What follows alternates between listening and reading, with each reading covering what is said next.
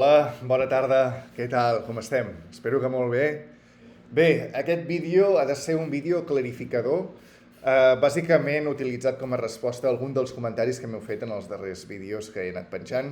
Gràcies perquè us agradin, gràcies per comentar-los, gràcies per subscriure-vos. Espero que els aneu compartint a les xarxes socials, crec que són útils i bé, anem millorant dia a dia, com podeu veure.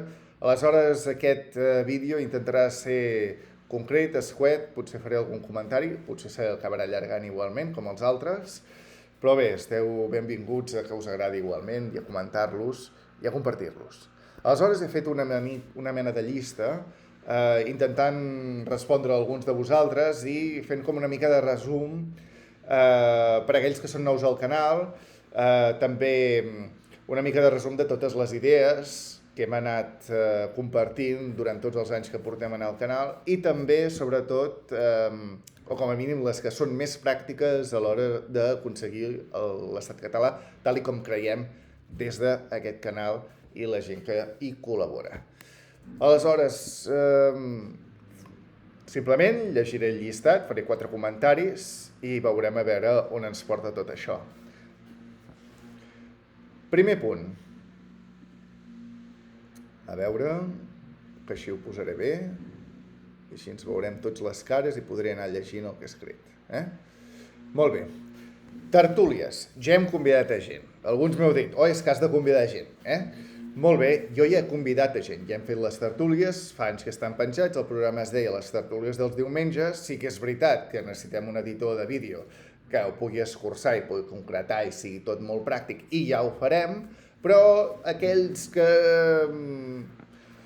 estigueu de vacances, que és el cas de la immensa majoria, doncs podeu posar aquells vídeos. També sempre recomano posar-los en velocitat ràpida i, en fi, escoltar-los, perquè també el poble no és erudit. El poble simplement vol passar-s'ho bé.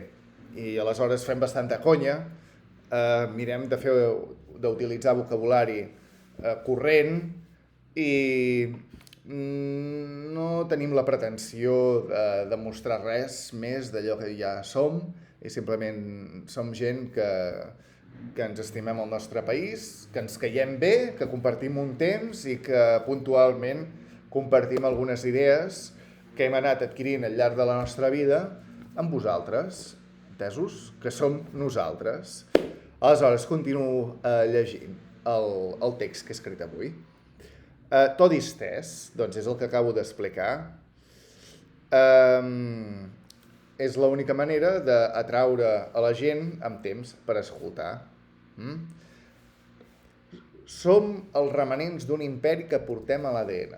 És a dir, què som els catalans? Doncs som el remanent o els remanents d'un imperi que portem a l'ADN.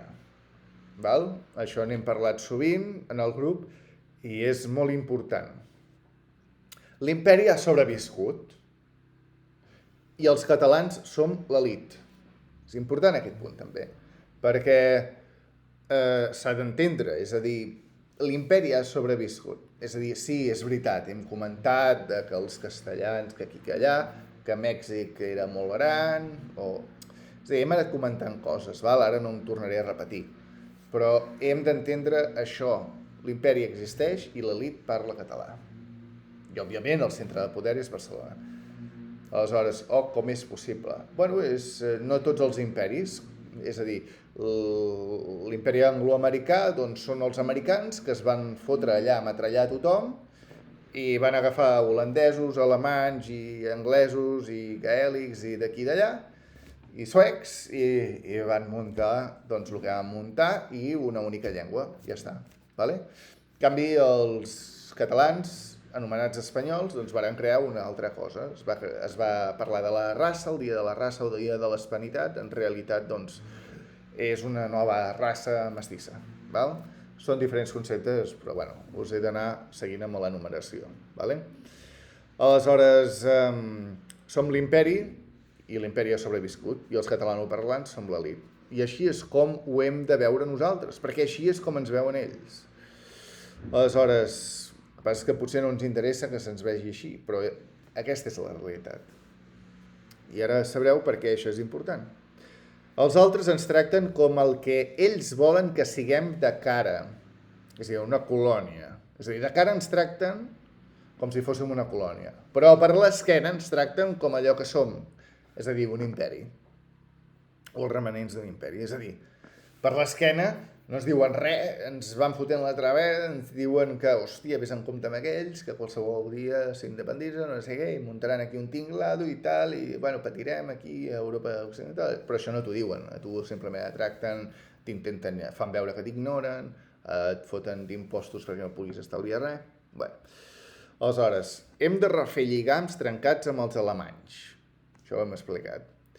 Grans perdedors del segle XX, és a dir, catalans i alemanys som els grans perdedors del segle XX, juntament amb els catalans, i les nostres colònies d'ultramar.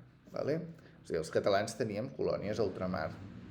L'imperi espanyol en realitat són famílies catalanes i empreses catalanes en el Nou Món. Sí, venudes al poder de Madrid, sí, però catalanes. Vale? I els alemanys igual. Varen perdre pràcticament tot, han quedat en aquesta línia, imagino, que és la Confederació del Rin, bàsicament. Aleshores, què més? França és USA. Els Estats Units d'Amèrica... França és els Estats Units d'Amèrica, això també n'hem parlat. Rússia controla l'ull del món, Rússia és l'altre bloc, és a dir, hi ha el bloc dels angloamericans, en els quals França està inclosa. Llavors hi ha Rússia, que controla l'ull del món, que és la República d'Altai, segurament, que, curiosament, fa frontera amb Xina, que és el tercer bloc. I, en fi, aquesta República de l'Altai només és accessible a través d'Afganistan, Ucraïna o Israel. Sonen aquests tres països? Sí, oi? Bé, l'altre punt. Preguntes que ens hem de fer. Ens sumem al projecte global dels Estats Units d'Amèrica i l'elit financera? Deixem que Rússia ens abraci i absorbeixi? Permetem que Xina ens continuï comprant els ports? El port de Barcelona està venut als xinesos i els xinesos ara sembla que els africans s'estan alliberant. I de cop i volta apareix un xino allà donant-los la mà. Aleshores són els xinesos que estan fent la guerra. És a dir, Àfrica és el camp de batalla de moltes guerres al món. No? Aleshores, l'altra pregunta és, o creem un nou bloc que només s'ha de reafirmar? I aquí ve el que he dit abans. És a dir, si els catalans som imperi i els catalanoparlants som l'elit, aleshores, realment només hem de reafirmar aquell imperi. Hi ha un imperi, que són els estats que parlen llengües llatines al planeta Terra, i que tots, quan han d'anar a la capital europea del món llatí, no van a París, no van a Madrid, no van a Roma, van directament a Barcelona. Aleshores, Barcelona, sense dir res, és la capital d'aquest potencial quart bloc mundial, i donant la casualitat que, a més, Barcelona no és només per casualitat la capital actual d'aquest món llatí, sinó que, a més, gràcies a l'Institut Nova Història, doncs hem descobert que sempre ha sigut la capital d'aquest món llatí. I per això és important explicar la història, perquè nosaltres hem de saber qui som, què som, perquè els altres també ho saben i ens tracten en aquesta direcció, que ho acabo de dir. Bé, seguim. Fer la independència no és això, és a dir, fer la independència no és fer la independència, sinó que és restaurar l'antic estat català i els seus títols històrics que emanen del poble català, que encara és viu i vibrant en la seva pròpia terra històrica. Per tant, en realitat, només hem de restaurar allò que ja teníem, no hem de crear res nou. Crear alguna cosa nova és ajuntar-nos a un dels 3 blocs preexistents actualment. Restaurar allò antic és crear un quart bloc. A la pràctica, aquests punts només poden concloure en la creació d'un quart bloc de poder al món, amb capital a Barcelona. Saber on anem ens pot ajudar a prendre decisions, és el que acabo de dir. Com prendrem decisions? a través de la creació d'un Consell de Cent interactiu, raó de ser del grup Think Tank Català, Infocat, el WhatsApp i el Telegram, amb més de 5 anys d'experiència que té aquest grup ja. Potser és l'inici d'aquest lobby. Aleshores, a la pràctica, es necessita un capital de 20.000 euros per començar la construcció del Consell de Cent interactiu. Amb gremis i grups professionals s'organitzaran en format de lobby modern per servir a Catalunya en temps real.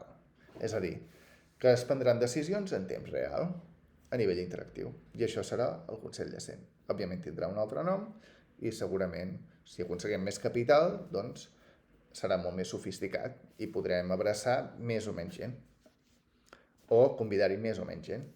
Ja n'hem parlat sovint que, bé, si qualsevol persona pot ser catalana, doncs, en fi, podem abraçar pràcticament a tothom. Què més? Organitzant el poble català en temps real, podrem prendre decisions en grup en tots els aspectes, ja siguin socials, polítics, financers, estratègics, corporatius, territorials, militars, tecnològics. Serà com organitzar-nos com si féssim eleccions en temps real de manera interactiva. Hem de retornar a l'origen. Hem de tornar a ser originals. Hem d'escoltar els mots del geni català Gaudí. Hem de refer i reconstruir allò que ja érem. Un imperi natural i lliure total. I ja està. Això són el llistat de coses que volia dir. Avui no hem fet gaire conya, no m'he deixat anar gaire, però bueno, hem dit bastantes coses. Podreu compartir-ho, a veure si té més èxit. Però bueno, la veritat és que em sento reconfortat de que hagi sigut pràctic.